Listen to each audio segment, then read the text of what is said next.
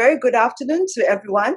Welcome to Future Proof Your Children, Why Every Child Must Learn Sustainable Life Skills. So this is a very casual webinar.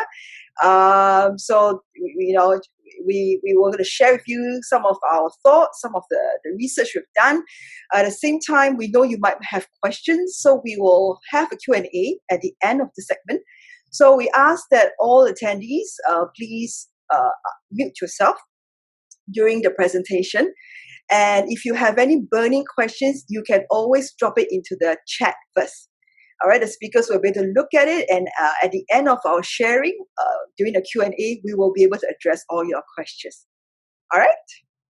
Okay, so we're going to start. Thank you once again for joining us this afternoon. It's a Sunday afternoon wherever you are right now. Some of you are here with us in Singapore, some are from Australia and all that. Wherever you are, we thank you for spending this afternoon with us, sparing your time to learn more about what the things you can do for your children. All right. Now, just like to briefly also introduce the speakers. So I'm Vereen. I'm the main host here together with Bam and Jean. Just to share a little bit about myself, I used to be a school teacher in Singapore. And for the last 24 years, I have been teaching and training students as young as preschool all the way to university. And in fact, I also went into adult training, so I have taught in corporate as well, so in personal development and many other areas, especially soft skills. And I'm also the founder of UltraCamp Asia. Later on, we'll introduce a little bit more about UltraCamp Asia as well. We have here with us Bam. So Bam was a student of sports psychology, and Bam has a very colorful history, good things. Okay, he was featured in the news not for bad things, but for great achievements. He was featured in China News Asia, Straits Times, and other various magazines. So later on, you'll find out what was he featured for. And lastly, we have Jean. So Jean is passionate about technology. She is, I would say, a very learned person. As you can see, she has a master's degree in applied finance. So when it comes to mathematics, I think Jean is the go-to person to ask. Okay. Now, first of all, this is something said by Franklin Roosevelt, right? We cannot always build the future of our youth, but we can build our youth for the future. So this is so true because, ultimately we have to acknowledge the fact that we can neither create nor predict the future, right? Whatever we can do right now for our children, if we have children, or for the children that we're taking care of, whether in schools and all that, we can do so much for them, but we will never know what's going to be their future. As you know, especially now the global pandemic that hit the whole world suddenly overnight, everything in our lives changed. So this is the time that we must really start planning for our children as well. So the question I have for all the parents, attending this, what are the skills that your children would need when they enter the workforce? Okay. You can put it in the chat if you want to. If not, you just hold the thought. Okay. So right now, if you have children, however old or young they are, think about the skills they need when they enter the workforce. Especially we're looking at from age 20 and above, right? So my question is, do you think they will need public speaking skill? Right? Do you think they will need financial literacy skill? What about leadership skill? Communication skill? There are so many other skills, right? And these skills are so necessary, so critical in order to equip them, to be ready when they step out into the working world, because school and work is totally different. As adults, we all know that, right? So if you look at the real world, and this a little bit odd-shaped pyramid, right, is a typical structure in every organization. You have the CEO, you have the managers, and at the bottom, I'll call it the food chain. The bottom of the food chain are the employees.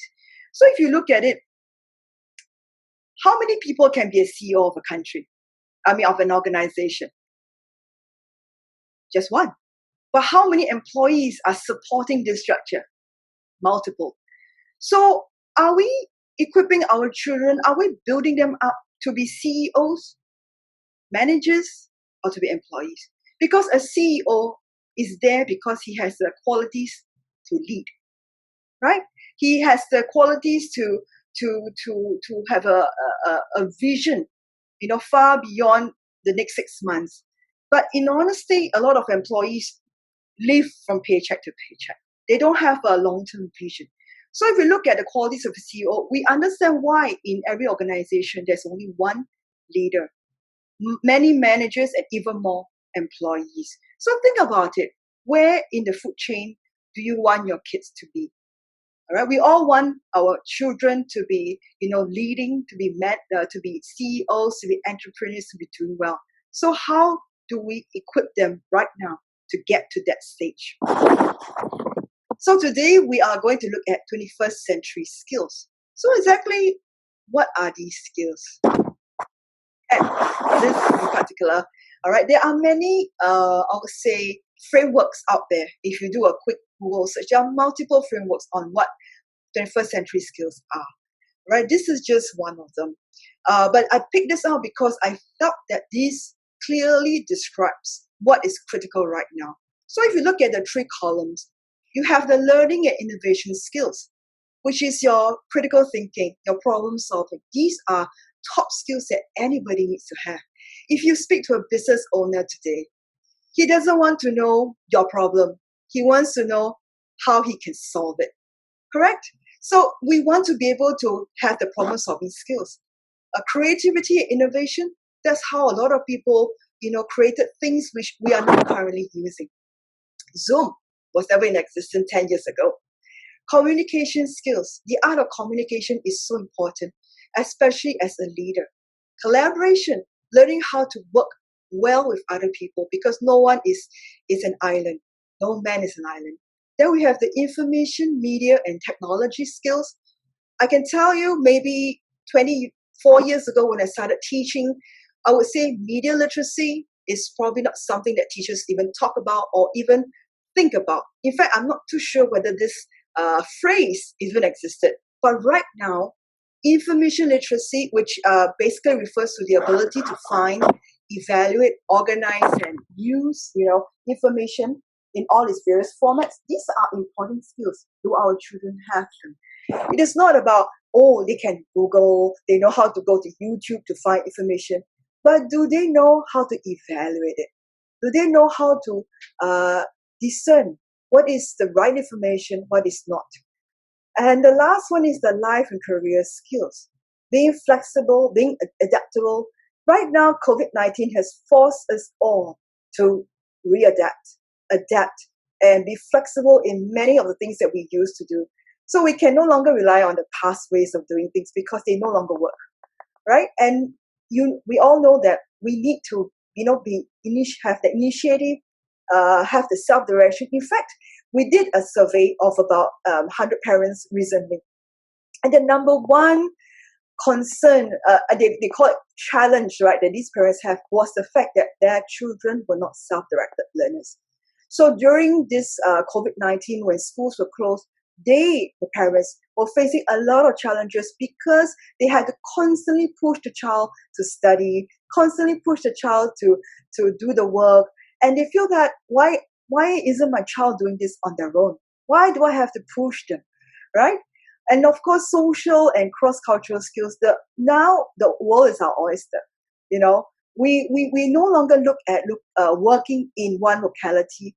We look at global expansion. So knowing how to have the right social skills, knowing how to interact with people of different culture is important. So we need to address that as well. And of course, productivity, accountability, leadership, responsibility. So I don't have time to go through all of them, but you can always ask questions at the end. Now, something for you to think about, all right? It's not what you do for your children, but what you have taught them to do for themselves that will make them successful human beings. At the end of the day, as a parent, you can do a lot for your children, but will that make them successful in the future, especially when you are no longer around to do it for them? So we need to equip them with the right skills. And in fact, I want to, bring across this message to all parents that you are in fact, just not besides me, you are in fact the very first teacher that your child has.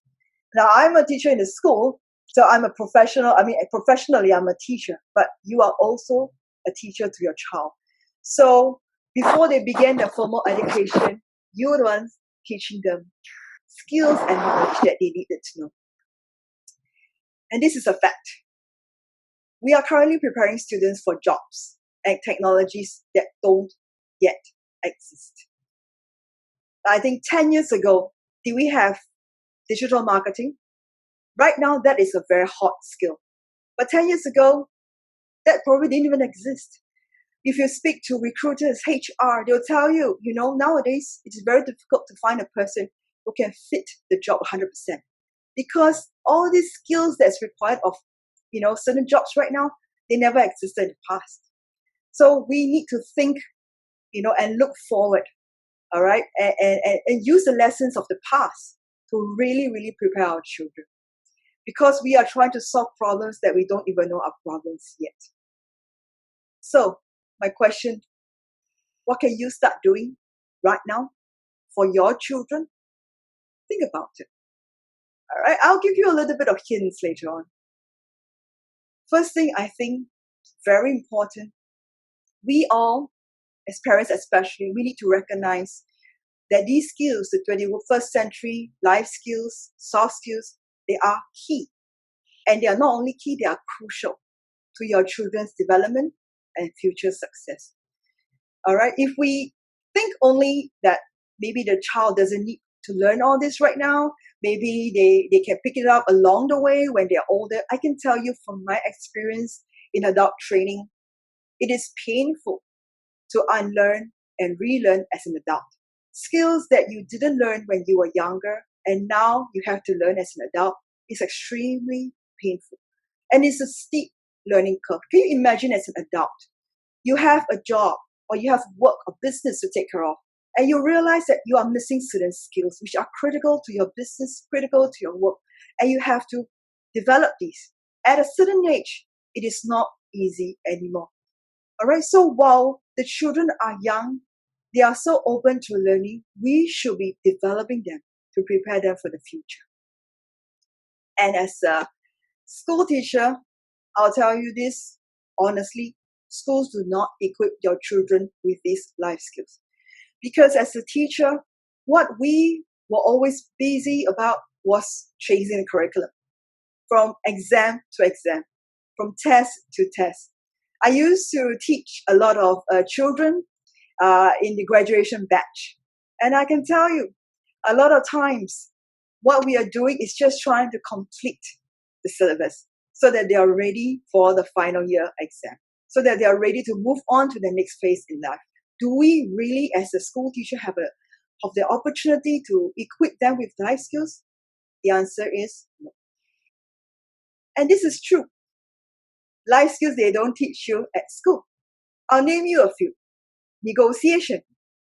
As an adult, especially if you're working, if you're a business person, you'll know negotiation skills is so important.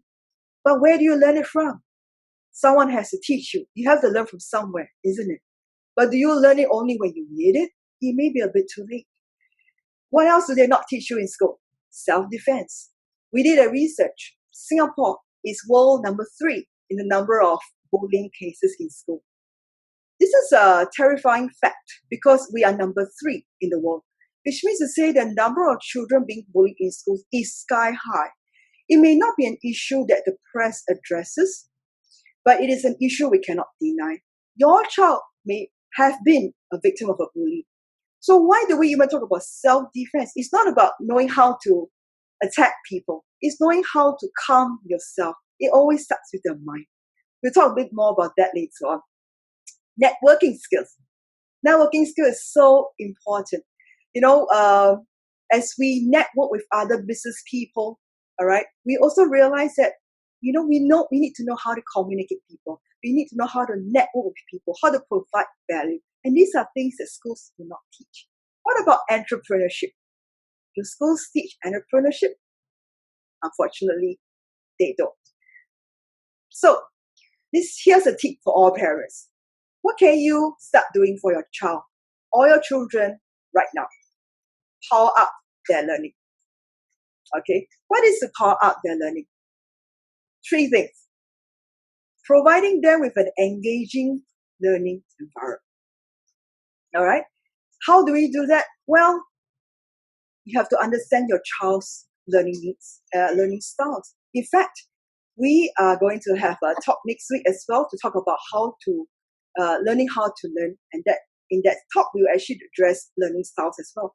But engaging learning environment is more than just tangible.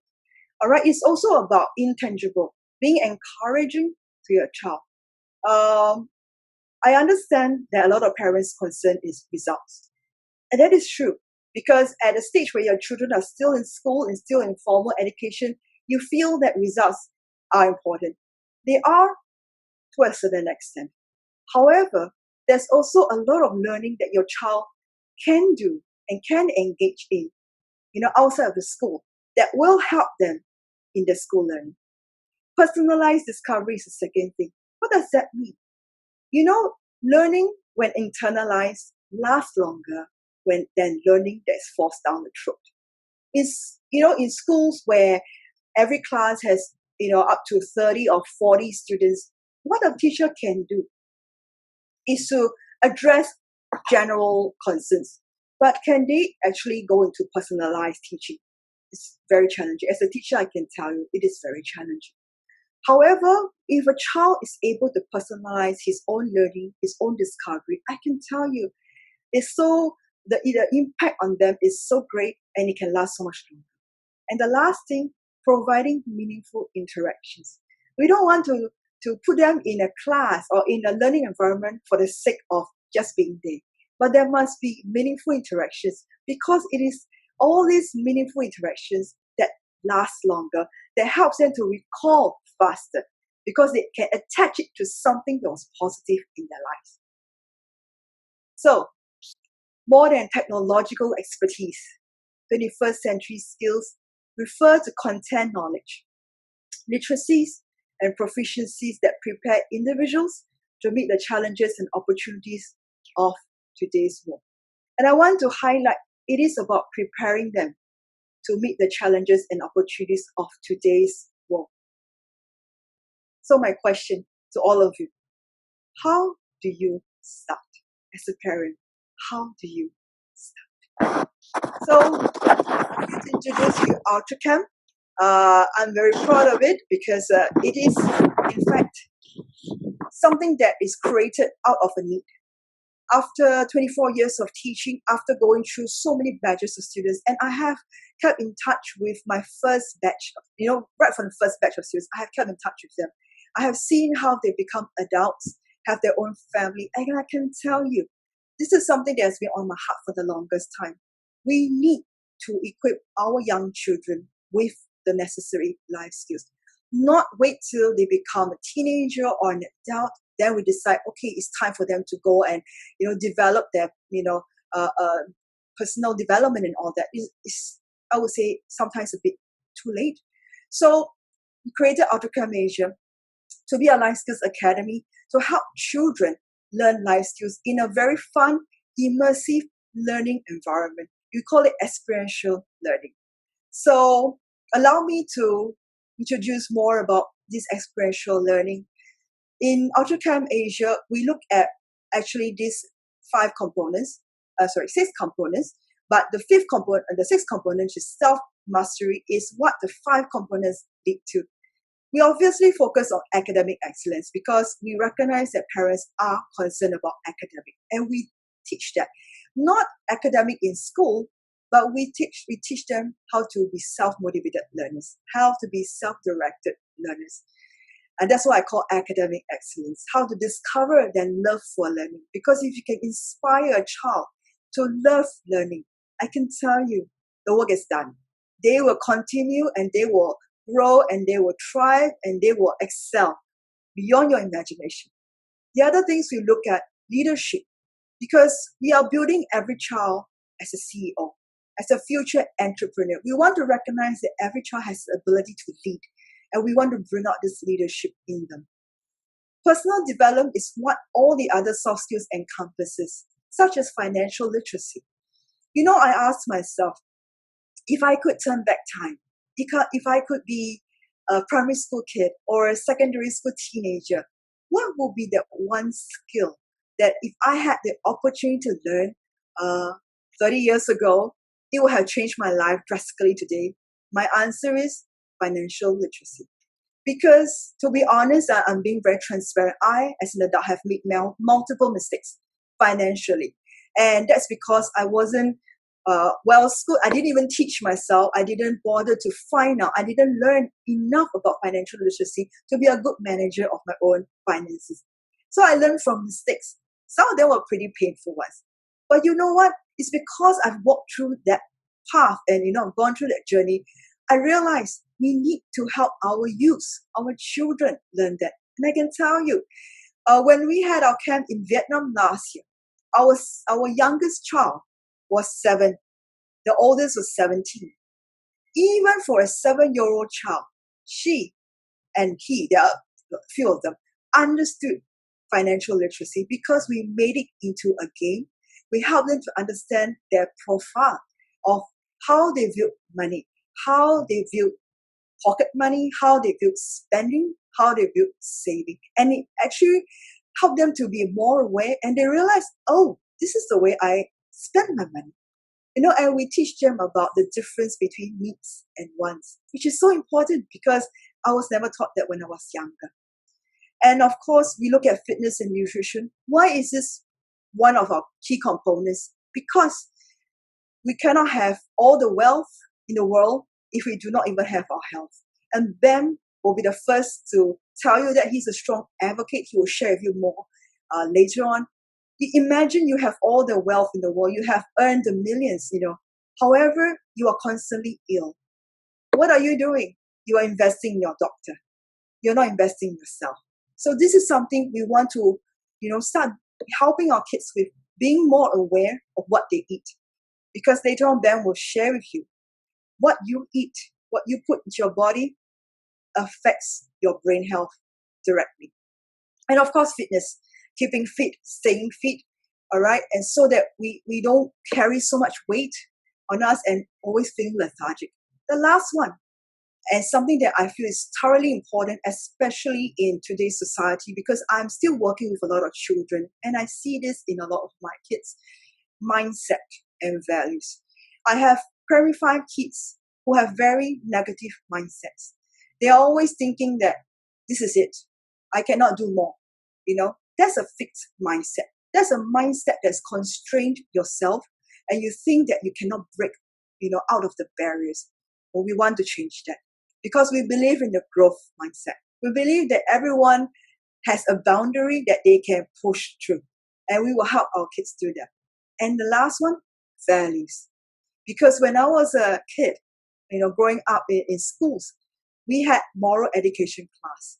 I was taught moral values by my Chinese teacher. And it never, it left a very deep impression on me. I never forgot. But I realized as I'm interacting with a lot of children and youth these days, some of these values that I've learned as a young kid has been eroded. And we want to bring this back. We want to bring back filial piety. We want to bring back respect for elders. So in a nutshell, this is what, UltraCamp Asia is all about. And for the last camp that we did, we actually did all this. Academic excellence, public speaking, which is the number one fear of many people, many adults. And we did this with our kids in Vietnam. Financial literacy, self-defense, nutrition, fitness, mindfulness. Even mindfulness. Yes, we address that as well in our camp, and Ben will share with you more about that because he's a guru for that. So we didn't want to show a video because that will probably take up some time, but these are just snapshots of some of the camp activities that we've done. Of course, right now with this COVID-19 situation, we are not able to do live camps, but we are looking forward to the future. All right. However, we have something coming up soon. So this is what's coming up, which is actually a virtual summer camp. All right, over Zoom. And it's going to be fun.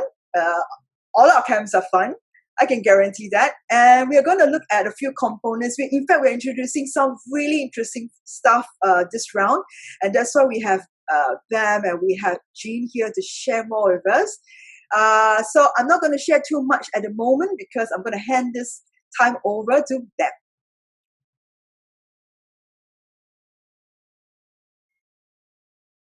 Okay, can everybody hear me? I'm sure you can. I wanted to wipe my sweat because Varun did a very good presentation and I was just very blown away by it. So, okay, let's have fun. Just want to talk about a few things. The area that I would cover and the areas that I'm most proficient in fitness and nutrition. So let me just highlight a little bit about my background as well.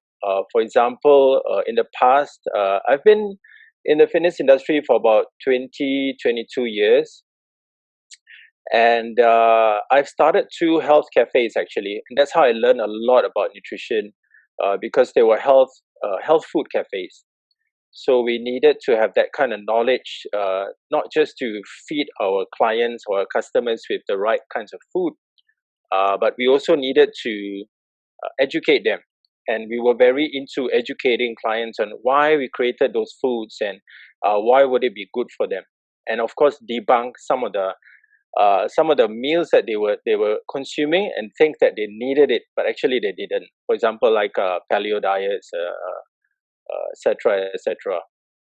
So, okay, just a little bit about the nutrition part of my background. Perhaps we can look at some slides right now really quickly. Okay, so not too quick. Maybe back up the first one. Yeah, so I've done workshops before. So what happened after 6 years, I decided perhaps it's being in the kitchen and cooking every day for clients is really fun. It's really good, but I was missing out a lot of my fitness because in a cafe business, you're the first one to arrive before you start the business, and you are the last one to leave. And issues like if we don't have a dishwasher on that day, then I have to do the dishwashing above cooking, cleaning, and managing the whole business all by itself. So I decided to go back into education. With 6 years of that knowledge and being a practitioner, I thought, hey, maybe with the recipes that we have and with the fusion style of food that we created, this will be a really exciting journey for a lot of people. And I've tested. We've reached out to a lot of people who don't know a lot about nutrition. Everybody has heard the word nutrition. Everybody has heard the word healthy food, healthy eating. But do they practice it? And the second thing is, do they actually know what it entails to actually live a healthier life through better eating? So for me, I don't advocate that it's a must for you to eat healthy all the time. It's only fair. Your body needs to clear toxins, so your body is built to debunk and clear toxins from your body. So if you eat clean all the time, it's also not that great.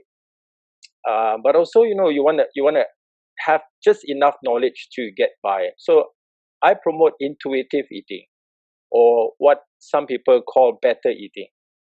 Yeah, so I call myself a lifestyle consultant now because I cannot say I'm a fitness expert. I cannot say I'm a chef. So I combine that together with mindfulness, mindset, as well as pain and stress management. So I'm currently a lifestyle consultant.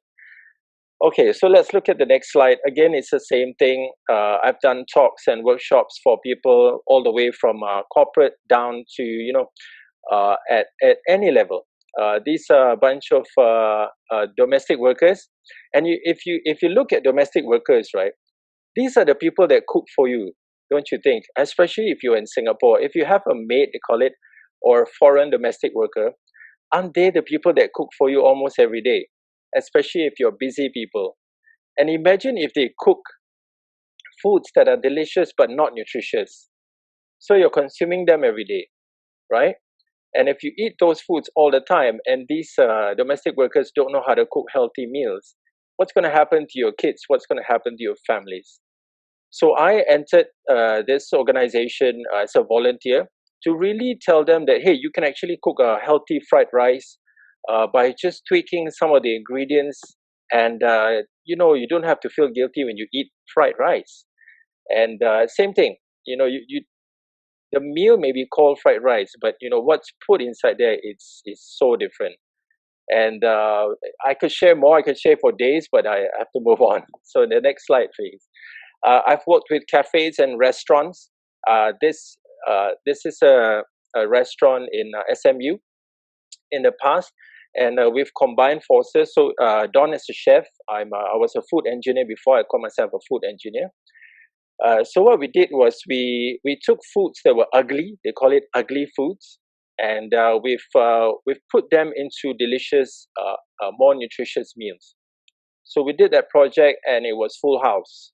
It was about 30 odd people, max capacity, but we filled up the whole restaurant. So that explains on its own. And by the way, the picture there is my healthy yogurt entree.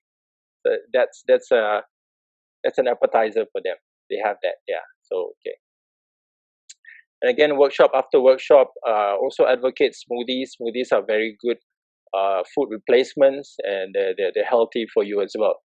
So you don't always have to eat healthy foods all the time. So going back to the slide again, really quick. So yeah, that's a picture. If you can see, that's a picture of the full house at that restaurant that was very successfully received on ugly foods.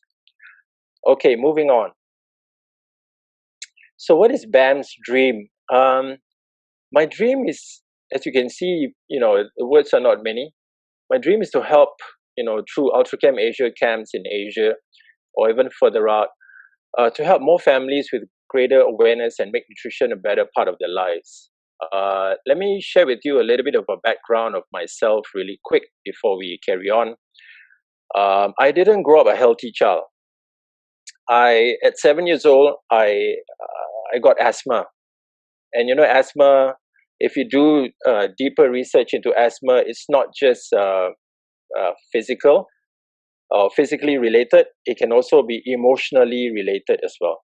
So I grew up in a family where there's a lot of chaos, there's a lot of arguing, fighting, very stressed environment. And I didn't know why I had asthma. I was only 7 years old. And every month, my mom had to rush me to hospital because I couldn't breathe. I was lying down on the couch and I was wheezing, like literally out of breath. So it's like a fish out of water. That's how I look like. So my mom every month, or even less than a month, have to keep rushing me to hospital. And at the hospital, they will put a mask on me with an oxygen tank attached to it. And I have to breathe through that oxygen for at least 30 minutes before my whole system calms down. And, I ate a lot of rubbish. I grew up eating just whatever. I mean, we are children back then. We didn't know what to eat. We just ate anything we wanted, right? And whatever our families ate, we ate. Whatever we went out to eat, we just ate. And then I had another issue as I was growing up. I became obese. So at 12 years old, I had to go through this school system called Tough Club. And Tough Club basically, in simple, literal means you are a fat kid and you have to go and get some help from the hospital. So I went through the program. I did my testing. I had to go through some exercise programs, and after 2 sessions, I quit. I just didn't want to go through that. So if you ask me how did I actually change my health, was I fell in love with sports. And through sports, I made a choice that if I really wanted to excel in sports, I just have to be lighter, fitter, and faster. So I got into sports, and that was a growing part of my life. So next slide, please. Okay, I want to talk about this right now. This is related to the research I've done before we did our student camp in Vietnam.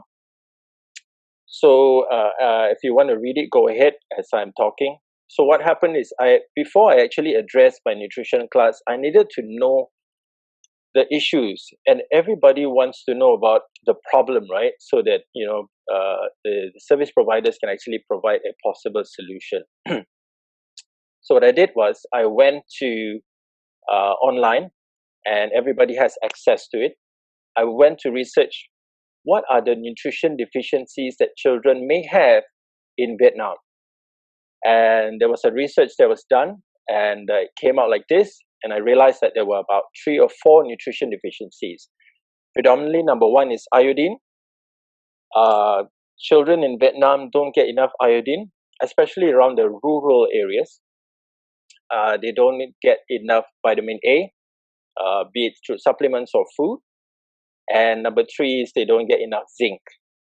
And of course, if you want to dig out into research, you can Google more about why and what causes, what happens when children don't get enough of these 3 nutrients in their body.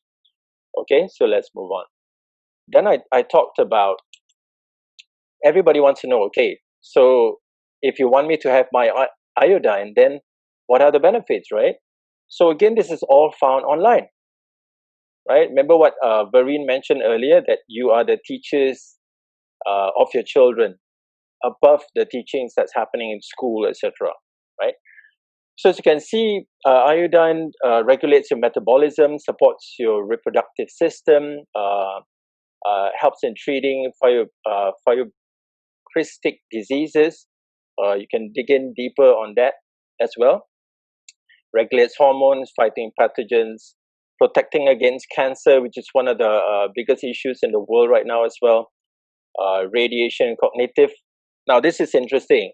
Sustaining cognitive ability, and I'll go to that a little bit more with the fitness program that I created towards the end. Cognitive is the relationship between your brain and your body, the response rate of your brain and your body. Okay, again, strengthen the immune system, etc.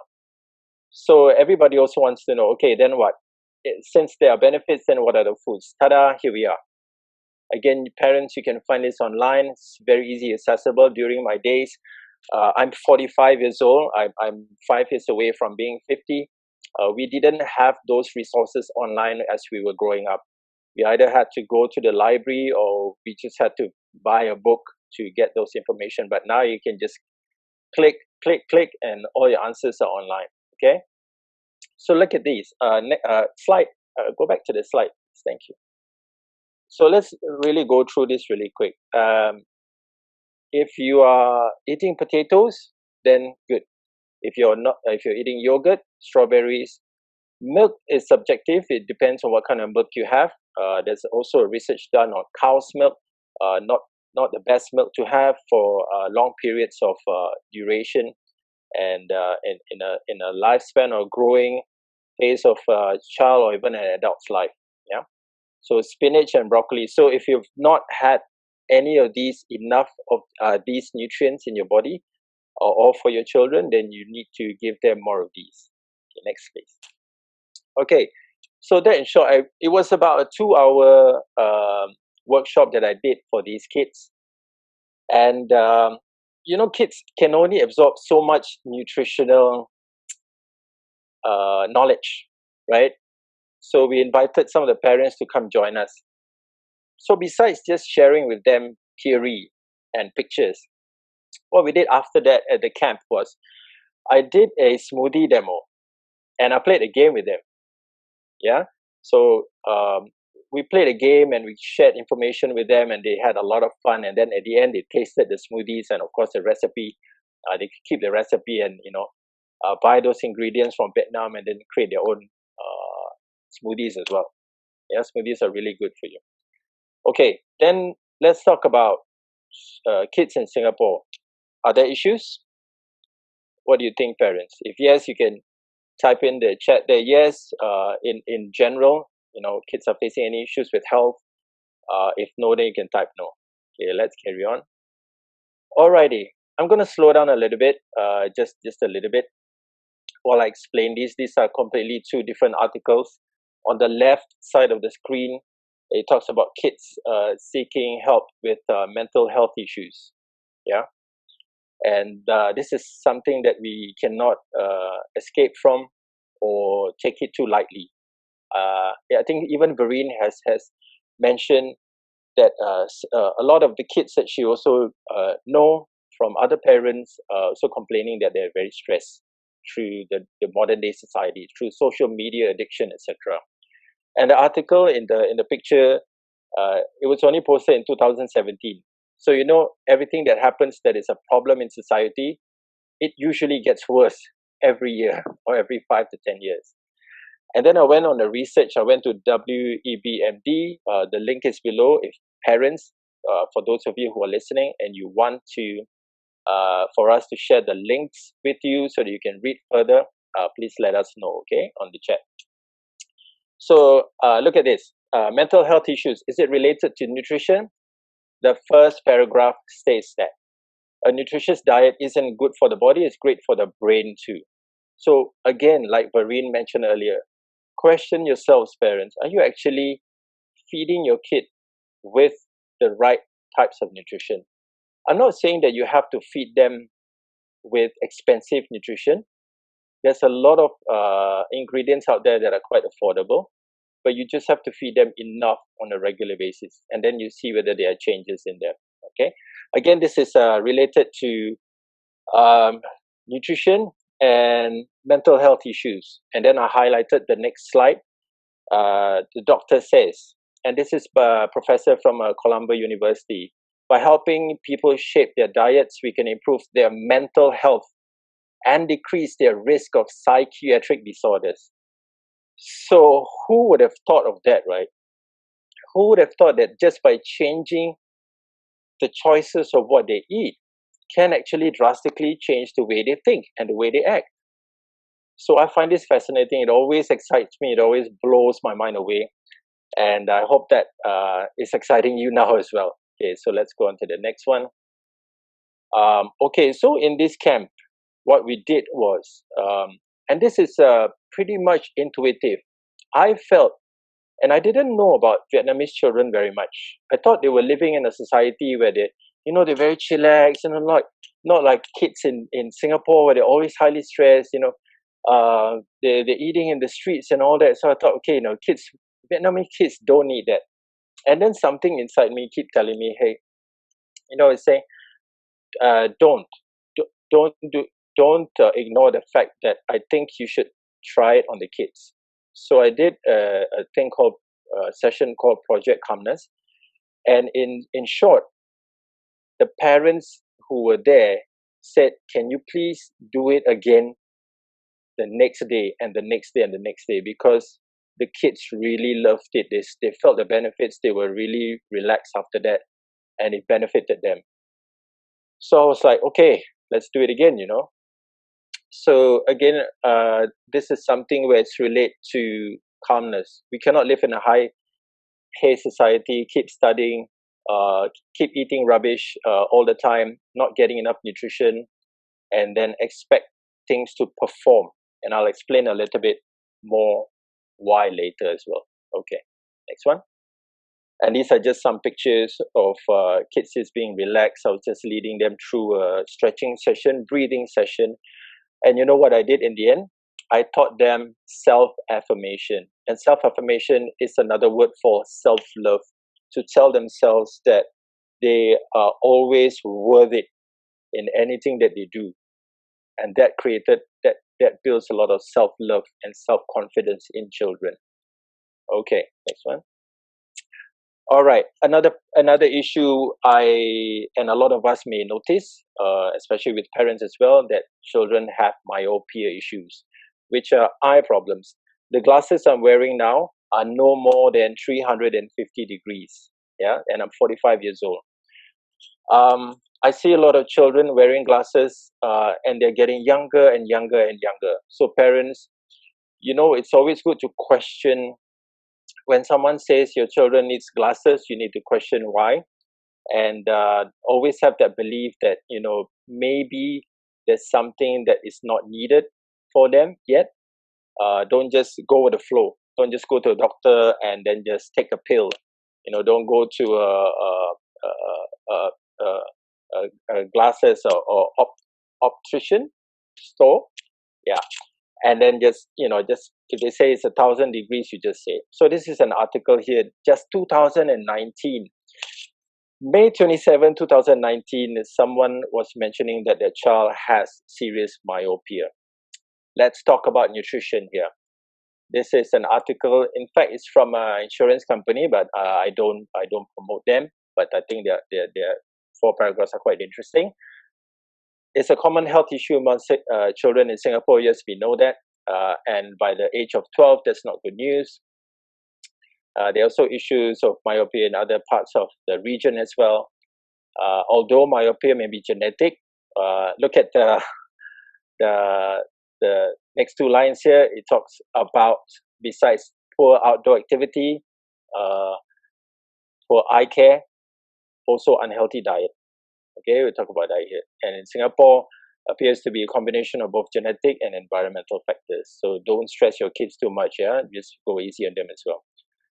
Singapore Health Promotion Board has expressed concern. So that's a nationwide concern. Parents to be more proactive when helping their children combat the condition. Again, this article, just in short, at the bottom, good nutrition, regular exercise, and sufficient rest. Yeah, our children are not robots. We are not robots ourselves, so we need to manage our kids more holistically. Okay, the next one. Okay, here's a solution for you. If you are not having enough of these ingredients for good eyes, you know, as I grew up, the only thing I knew that was good for my eyes were carrots and looking at trees from a distance. And I grew up believing that. I didn't know that you could eat salmon that was good for your eyes, blueberries, broccoli, strawberry, avocado, legumes, kale. Kale is a very good iron-rich vegetable as well from Australia. And now they grow it locally and in Malaysia as well. And bell peppers. So if you're not eating any of these, or your children not eating any of these, please give your children more of those nutrition. Okay, so let's go on to the next one. Okay, and I want to address also about nutrition, the last part of concern, which this is an article from the Straits Times. The link is there as well. So adults are getting fitter. Yes, more adults are going to the gym. More gyms are around nowadays, but children are increasingly overweight. So that's a irony. Yeah. So the question is, sometimes we as experts ask, who is to be blamed? We don't blame the parents. We don't blame the government. We don't blame anything else. But I always believe in self-reflection. If there's an issue, I think the first line of defense are always the parents. Parents need to address this and find out how can I help my child? And communication, like in our camp, we also teach communication. So communicate with your child and negotiate with your child. How is it best possible to actually give them a lifestyle that they deserve growing up? Yeah. I just want to share something. Because I grew up as a very obese child, my mom was a single mom. She had to go to work day and night just to feed 3 children. And we didn't have the best nutrition because she didn't have time for that. And I know this has been an issue for many decades. However, I think there's a strategy called scheduling. If you know how to schedule the meals correctly and nurture your kids correctly, or even eat the right foods in front of them, children don't listen to mostly what parents say. To be very honest, I was a child like that, but they follow what you do. So if you're a parent and you're eating junk most of the time, it's very hard to tell your child, do not eat that. Yeah. So it's self-practice makes the most out of child's nurturing and benefit for nutrition. Okay. Again, there are articles after articles. It's endless. If you go on Google, there's an issue that we need to address. If your child is slim, it doesn't mean that they cannot get diabetes. Okay. It doesn't mean slim is healthy. It doesn't mean fit is. I've known a lot of fit friends who are always sick. So again, it goes back to what they eat, if you ask me. Before I move on to the next slide, just share with you really quick. I've not been to a doctor for the last 10 years, believe it or not, parents. Why is that so? Is because I have enough knowledge that I was very interested to learn to get me to avoid to go to the doctor. I have fallen ill many times. 1-2 days not feeling good, but I know how to heal myself. And the reason why I don't want to go to the doctor is because I don't want to take too much antibiotics or what they call drugs. It has side effects that I don't enjoy. And secondly is I don't want to waste time. If you've been to a doctor many times, you know how much time you're actually wasting sitting there waiting for the doctor. In fact, when you just sit at the doctor, you're just going to get more and more sick and wasting a lot of time. Okay. So quickly on the fitness part, that was at the end of my nutrition bit on sharing. So develop a cognitive exercise program, which is called Jump Master Revolution. It is actually a skipping based program. So let me just show you a quick video on the introduction of this program.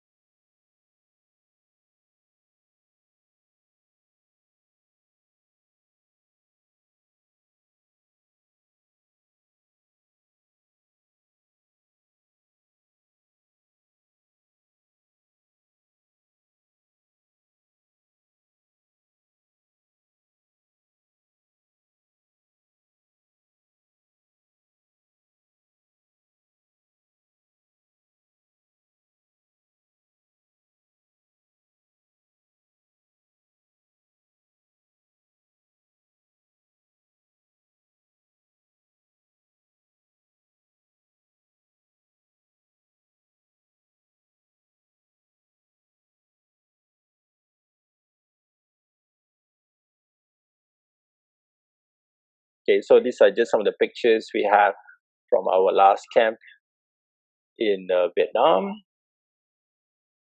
Okay, last but not least, if you look at a car, question is, don't you think there are similarities of a car and our bodies? You know, a car has so many parts, right?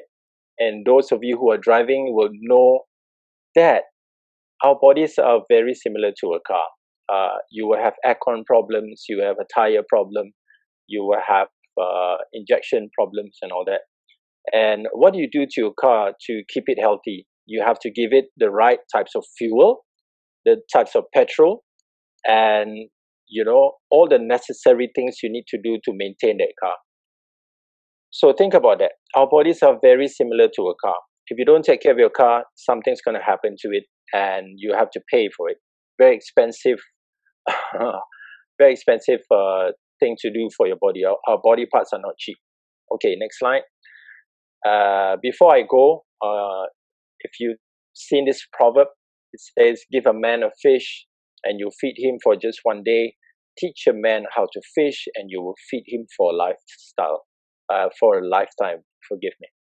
And the reason why we started UltraCamp Asia is because we want to input all the necessary skills to prepare these kids way in advance before they go into the very dominant and challenging world.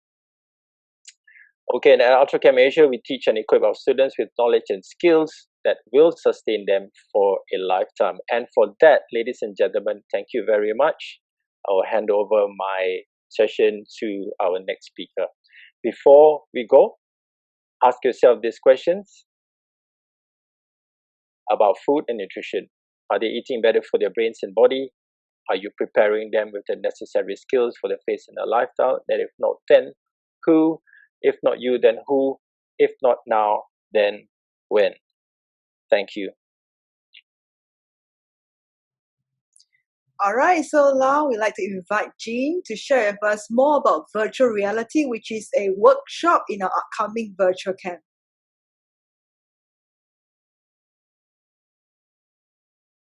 Okay, hi everyone. So I will just quickly take you through on my part why. So I'm an advocate for technology, and I want to share with you why we should always look at the upcoming technological trends. So like Vareen has shared before, like 10 years ago, the kind of jobs that was around, okay, compared to right now, the jobs that are available is drastically different. So we have to always be preparing our kids for the future, and always be one step ahead. So I see the upcoming trend would be the AR and VR, which is the augmented reality and virtual reality. So it is expected that the number of users of AR and VR technologies to double or triple the current number in 5 years' time. So imagine this. We have to keep our kids ahead of the curve by preparing them for this future, right? So there are other technological trends that includes, for example, the upcoming 5G network, which allows faster bandwidth speeds and streaming. And also in Singapore, there's a plans for cars to go fully electric by 2030. So definitely we can see that in the next 5 to 10 years time, the kind of technologies that we will be having in this world will again will increase and improve rapidly. Okay. So next slide, please. So 5G will definitely be the future enabler of better AR and VR technology. And here is just a spectrum of, what is AR and VR, the reality spectrum. So AR, how that is being used is, for example, if you're out walking in the nature park, you can actually see through augmented reality glasses, for example, Google glasses. So previously there was this Google glasses technology, but it was discontinued. So basically, when you go out walking in a park, you can actually track, how long you have walked, what is your speed, and what is the number of calories burned, for example. Mixed reality, it's used, for example, even right now there are technologies whereby you can actually go to a store and then, you just look at a particular item. You don't even need to take the item into your hands. And you can check what is the product information of this through, your glasses, and merge reality and virtual reality. So basically, you can, be in your own home, in your own bedroom, and then you can actually view the world, through the VR and merged reality gadgets, the goggles. All right. So, right now in this COVID-19 situation, we can't travel much. And the thing is, we still want, our kids to, explore the world. Well, not physically in that sense, then, virtually would also, help them, to gain the understanding in the world. Next slide, please. So there are, a lot of users in AR and VR, but at this moment, the first industry that really have a lot of users for AR and VR is in gaming. And of course, a lot of parents, they don't want their kids to be gaming too much. And the second industry, that we can see a lot of use cases that are coming up and a lot of content being created is in education industry. And for example, Google Expedition. Okay, so there are a lot of interesting content that is created in VR for educational users.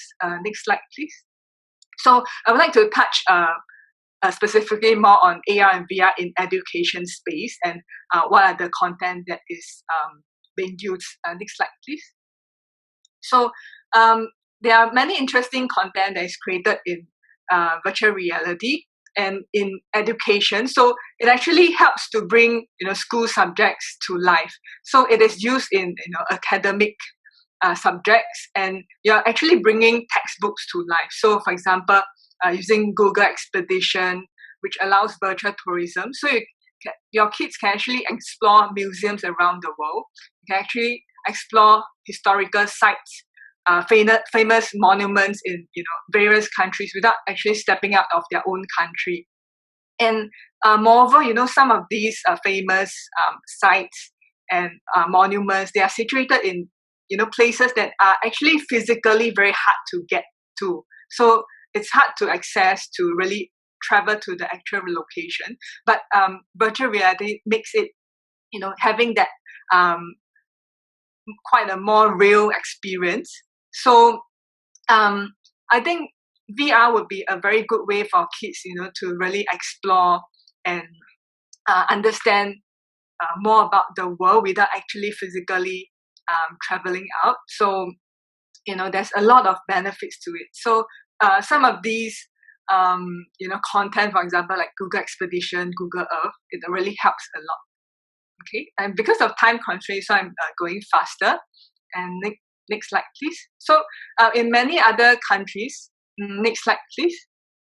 So in many other countries, we can also see a lot of these users already, and at for kids at younger ages. So example would also be users in sports simulation. So for example, if your kids want to learn a particular sport and probably the kid is still young.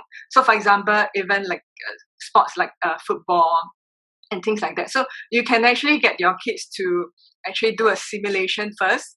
And then, subsequently when they are older enough, they can actually, go and do the actual sports. And of course, we do want to encourage kids to actually learn the actual sports physically, okay? Because we want to also inculcate a healthy lifestyle for them. But before that, they can actually do a simulation.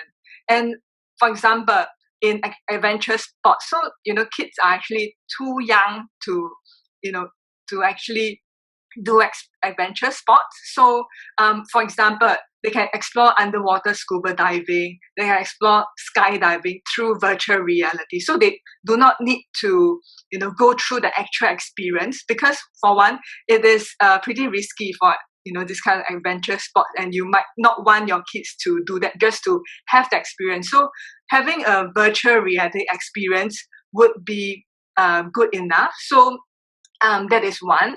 And fourthly would be to simulate social interaction. So there are recent research studies that VR are particularly beneficial for students with special needs, such as autism. So we can see right now in Singapore, there is a lot of focus on kids with special needs, because the kind of development that they go through is really very different from healthy kids.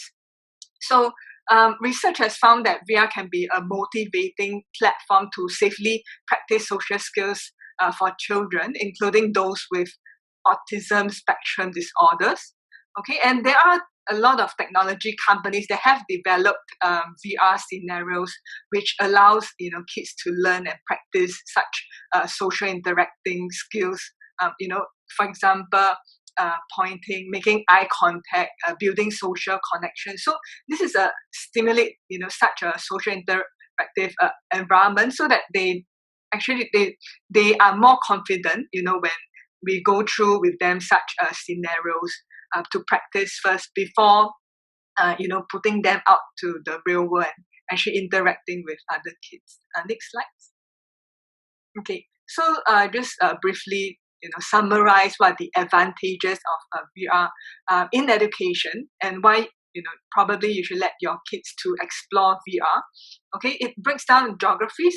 There's a little or no risk, and it's time and cost saving. So of course, VR needs to be used in a safe and controlled environment. So it needs to be guided. So I do not actually advise parents to buy the gadgets, because when it's at your home, your child may not have that kind of control, and probably they will keep using it, and especially they could be using it for a lot on gaming. But for us, we are more looking at using the content on education purposes. So it also improves retention and recall with realistic scenarios. So it actually helps in academic learning. So it simplifies complex problems and situations. And also there are various contents that are suitable for different learning styles. So I would conclude over here. And if there are any questions from any participants, you can feel free to put it in the chat, and maybe at the end we will have a Q&A session. All right. Thank you so much, Jean. So parents, we're excited to actually launch this virtual summer camp with virtual reality as being one of the workshops. We also have nutrition and fitness components, and we even have an aviation component. This aviation, for now, being online, it will not involve any drones, but when we have our live camps, and we're looking at next year to really kick off. We're hoping this global pandemic will end and everything will start again. We are going to include that in our live camps as well. And this aviation component is actually being taught by a pilot. He's a flight and drone instructor. All right, so it's happening during the school holidays. It also coincides with the summer holidays for international students in Singapore. It's 25th to 26th of July, so over it's a weekend over 2 days, Saturday and Sunday, between 10 a.m. to 3 p.m. But there will be a few screen breaks in between, so you don't worry, your child will not be having to sit through from 10 to 3. All right, there'll be toilet breaks and all that. There'll be a lot of fun and engagement. It's suitable for children between 9 and 15 years old. But if a child is younger than 9 and is mature enough to be able to understand some of these concepts, we welcome the child as well. So lastly, I will promise this. So if you have any questions, please feel free to ask. But I believe Jean has actually prepared some questions which you feel parents may be concerned about. So, Jean? Right. Okay. So maybe I will just address some, questions that parents may have, when we are talking about using virtual reality. So, well, I guess this time for this online virtual camp, okay, basically we will just give the child the experience of the virtual reality. However, it's through Zoom, or through this kind of online webinar style. So in this virtual summer camp, what we will be doing basically is to let the child experience this 360-degree videos, whereby they actually can control in a way via through me of what they want to see in this VR. Yeah. Okay. So some of the activities in total, we have one on aviation. We have one workshop on VR, which I will be leading, and then Ben will be taking through the fitness and nutrition. Okay, and Vereen will be touching on some of the skills which we want to. Yeah. Thanks. So Jenny, to address your question, the key components in this upcoming camp, of course, is virtual reality, led by Jean. And then we have nutrition and fitness component that's being led by Bam. And he's going to actually, I'll let Bam talk about it a little while more. Then we have the aviation component, which is taught by the flight and drone instructor, a pilot actually. He's very, experienced with teaching kids on aviation, especially for children who aspire to be pilots in future. This will be a very interesting component. And I'm coming in with academic excellence, where I will be, going through how to be self-motivated, how to be a self-directed learner. So in all our components, there will be a lot of fun engagement activities that is possible over Zoom. But at the same time, we are also going to be testing the children on what they have learned, because we want to ensure that they are just not there, to just watch the Zoom, or we want to make sure they have really picked up some very valuable information. And of course, having said all these, what we are doing through these components are really teaching them life skills. I hope I've answered that question. Mm-hmm. And okay, so maybe I will just go through some of the questions that parents may ask regarding virtual reality. So I think virtual reality needs to be guided, but at this moment, because this is a virtual camp, so the actual experience will be tweaked to cater for an online camp. And then there are also parents asking, how can we prevent our kids from being addicted to phones and gadgets? So I feel that we should limit their screen time. So during our workshop, not to worry, we have staggered screen time, and we will ensure that we are having them getting suitable rest and enough breaks in between. So not to worry, for them having quite a prolonged screen time. And I believe that for kids, right, there should be a balance, other than doing, for example, home-based learning and screen time.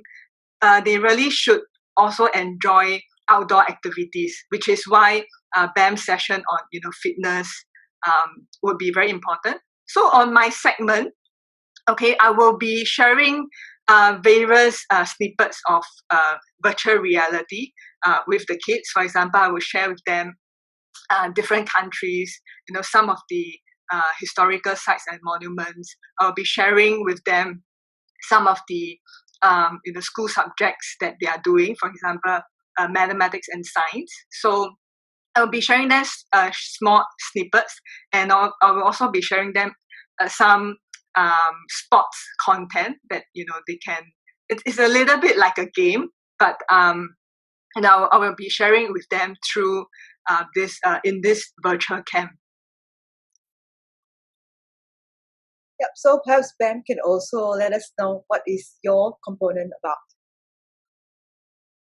Okay, so before I continue, I would like to ask permission from the mothers if it's okay to just maybe spend another 3 minutes before we close. If you all agree, please type yes on the chat below. Actually, we have run a little bit over of the time. I see a thumbs up there by Jenny. Thank you, Jenny. Anybody else can just type yes, and then I'll quickly continue. Thank you. Actually, I don't know how to do that. Please teach me sometime. Very creative. Now parents are so tech savvy as well. Okay, I don't want to go too much and too long into it. The same thing, I call myself a problem solver. So rather than being too honey-coating everything and just sharing information, I would like to go straight into the problem. So, but however, during this camp, this virtual camp, I want to have a little bit of fun with the kids. I just want them to want to share some knowledge-based games with them, making comparisons with certain theories that are connected to certain benefits that they will have if they eat those things like fruits and vegetables and certain meats. So it's going to be very picture-based, going to be very fun-based. And at the end of the day, maybe I'll do a very simple test for them. Of course, every parent's, I would say, love tests, but it'll be something fun and very short so that they can take home some sort of knowledge that they can share with you as parents and say, hey, I've learned this, and let's have more avocados, or let's eat more, drink more coconut water rather than all the sugary bubble tea and stuff like that. So I always advocate balance in life, and I really want to implore families to stay healthier for much, much longer. So there you go. We really look forward to having your children join us in this virtual camp. This is the first of many to come, because for UltraCamp Asia Life Skills Academy, we are also launching a lot of online programs for students locally as well as internationally. Yes, question from Jean, right? Are you intending to conduct a camp on later part of the year? Do you mean a physical camp? If that's your question, the answer is yes, as soon as we are able to, because live camps, we do not deny the fact that live interaction with children are the best. But for now, due to the global pandemic, due to the situation all around the world, although many countries are opening up, but it is still best that we do not do any live camps, because the safety of our children are our utmost concern. So right now we are going on to online camps first, and it's going to be, you see the hours are pretty short. It's just to get them to get used to all this, because when we come together, and we see that in the near future, really keeping our fingers crossed for as early as December this year, if not next year, we will start all our live camps again. And in fact, yes, you have a PSLE taking child. In fact, I would suggest that you allow the child to participate. During PSLE, they are very stressed. In fact, I have a lot of PSLE students right now that I'm actually tutoring as well, because I love being in touch with kids. So I have not left teaching.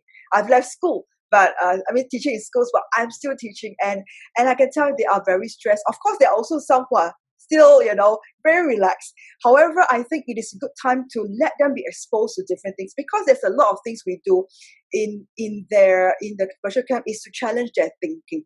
Because if you look at virtual reality, it is a lot to do with thinking out of the box. It's a lot to do with creativity. So we're actually challenging their thinking. In fact, the component that I'll be doing on academic excellence is to help them to reevaluate their idea of education, how they perceive themselves as a student, how they perceive themselves as being able to become better than what they think they are right now.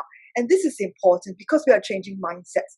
At the end of the day, it's not so much the hard skills that we are looking at, it's all about the mindset and the soft skills. And it's to prepare them to meet the challenges ahead, to not panic when they go into a situation, to not be worried about an exam, but to know that if they have done their best, they have prepared themselves, they will reap the fruits of their, their hard work.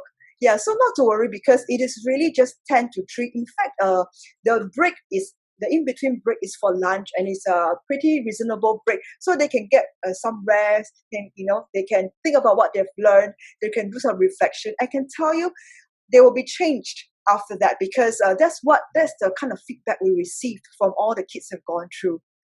Yeah. So as Bam has typed into the chat, right? In fact, for this UltraCamp Asia this year, we were supposed to have, in fact, for June, right? They're just over that 1 month ago. We were supposed to have 3 different camps and from students in Vietnam coming to Singapore, and later on in August, they're supposed to be Chinese students. But of course, all these will have to be put on hold for the moment. But we're coming. We will launch again. When all this global pandemic has died down and everyone feels safe to travel and let their kids spend time out of the house for a few days, because our camps are all live-in camps. We do spend that few days and nights together. It is a life transforming experience, I can tell you that. And of course, if you'd like to understand how our live camps work, you can also check out our Facebook page, UltraCamp Asia on Facebook. We have all the videos there because that's where our students are. So we put a lot of information, videos, motivational quotes, quizzes, IQ tests to engage them and for them to learn, because we treat our page as a learning platform for our children as well. Yes. All right. So thank you very much, dear parents, for your time this afternoon. We hope that whatever we've shared today have benefited you and will benefit your children. We really look forward to having your children join us in all the camps. All right. So thank you very much. We will see you again. If you want to join us for our next week's talk on learning how to learn, please sign up on Eventbrite as well. Thank you and goodbye.